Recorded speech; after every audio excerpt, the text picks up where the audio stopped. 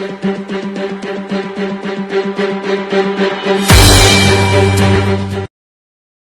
मैं आपसे प्लूटो के बारे में ही बात करने वाला हूँ। प्लूटो एक ड्वार्फ प्लेनेट यानी बौना ग्रह है।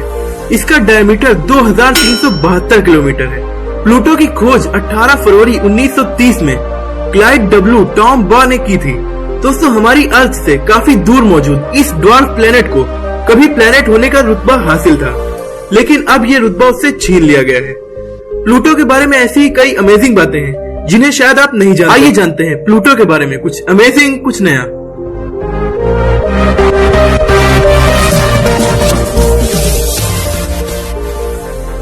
प्लूटो की सूरज से एवरेज डिस्टेंस 590 करोड़ किलोमीटर है। सूरज का एक चक्कर लगाने में इसे 248 साल लग जाते हैं। ये सूरज से इतनी दूर है कि सूरज की लाइट प्लूटो तक पहुंचने में 5 घंटे से ज्यादा वक्त लेती है, जबकि हमारी अर्थ पर सिर्फ 8.5 मिनट में ही आ जाती है।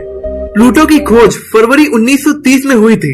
तब से लेकर अगस्त 2006 तक इसे प्लेनेट होने का रुतबा हासिल था। इतने दिनों में ये अपनी ऑर्बिट का 1/3 डिस्टेंस ही कवर कर पाया है और अभी इसी डिस्टेंस को पूरा करने में इसे 150 साल और लग जाएंगे। प्लूटो सूरज से बहुत ज्यादा दूर है, इसीलिए यहाँ का एवरेज टेम्परेचर -229 डिग्री सेल्सियस है। प्लूटो का 1/3 हिस्सा पानी है, लेकिन ये पानी एकदम जमा हुआ है। प्लूटो बहुत छोटा है। अगर इसके साइज का कंपैरिजन हम सोलर सिस्टम के कुछ मून्स से करें तो ये जुपिटर के मून्स गैनीमेड, कैलिस्टो, आइयो, सैटर्न के मून टाइटन, नेपच्यून के मून ट्राइटन और हमारे अपने मून से भी छोटा है। यहाँ तक कि प्लूटो का एरिया रशिया के एरिया से भी कम है, लेकिन फिर भी प्लूटो सबसे बड़ा ड्वार्फ प्लेनेट है। दोस्तों, प्लूटो की डिस्कवरी होने के बाद से लेकर अगले लगभग 75 सालों तक इसे प्लेनेट माना गया, लेकिन अचानक प्लूटो में ऐसा क्या बदलाव हुआ कि इसका प्लेनेट होने का दर्जा ही छीन लिया गया। तो असल में प्लूटो में कुछ नहीं बदला, लेकिन प्लेनेट की डिफिनेशन बदल गई है। इंटरनेशनल एस्ट्रोनॉमिकल यूनियन के द्वारा अपनाए गए नए रूल्स के हिसाब से आकाशीय बॉडी को तभी प्लेनेट माना जाएगा जब उसका साइज गोल हो, वो सूरज या किसी और तारे का चक्कर लगा रहा हो, वो अपनी ऑर्बिट के आसपास के एरिया को साफ कर दे, यानी या तो उसके आसपास के ऑब्जेक्ट उसकी ग्रेविटी से आकर्षित होकर उससे टकरा जाएं, या फिर उसका चक्कर लगाने लगे, लेकिन उसके आसपास आजादी से न घूमे। प्लूटो पहले 2 रूल्स को तो फॉलो कर रहा है, वो गोल भी है और सूरज का चक्कर भी लगा रहा है, लेकिन तीसरा रूल वो नहीं फॉलो कर रहा। इसीलिए अगस्त 2006 में इंटरनेशनल एस्ट्रोनॉमिकल यूनियन ने उससे प्लेनेट होने का दर्जा छीन लिया। लेकिन अब आपको प्लूटो पर ज्यादा तरस खाने की जरूरत नहीं है, क्योंकि अब उसे नया टाइटल ड्वार्फ प्लेनेट दिया गया है। और वो अकेला नहीं है, उसकी फैमिली में 4 और ड्वार्फ प्लेनेट्स हैं, जिनमें से प्लूटो, मेकमेक, हेमिया और एरिस नेपच्यून के बाद हैं, जबकि सेरेस एक ड्वार्फ प्लेनेट है जो मार्स और जुपिटर के बीच एस्ट्रॉइड बेल्ट में पड़ता है।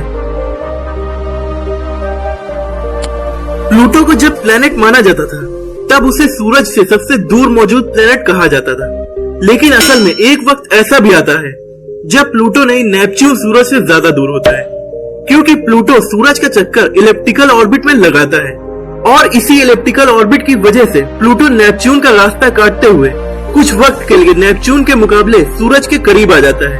1979 से लेकर 1999 तक प्लूटो सूरज के करीब जबकि नेपच्यून दूर था, और ये प्रोसेस हर 248 सालों में 20 सालों के लिए होता है।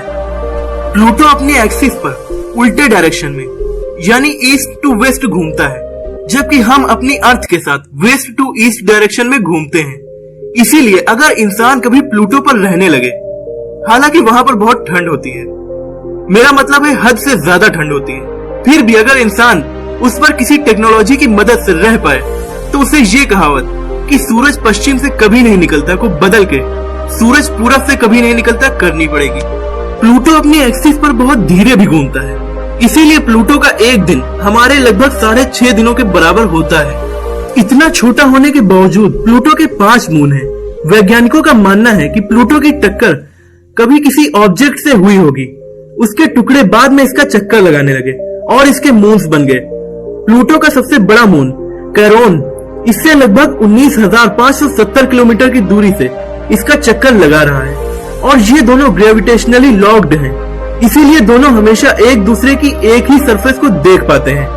जैसे हमें चांद सिर्फ एक ही साइड का दिखाई पड़ता है, लेकिन चांद से पृथ्वी की अलग अलग साइड्स देखी जा सकती हैं। मगर प्लूटो और कैरोन एक दूसरे की सिर्फ एक ही साइड हमेशा देख सकते हैं।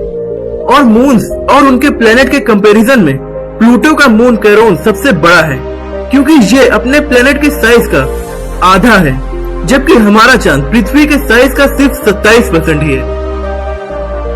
दोस्तों, आपको हमारा ये वीडियो कैसा लगा और आने वाली वीडियोस आप किन किन टॉपिक्स पर चाहते हैं, कमेंट में मुझे जरूर बताइए।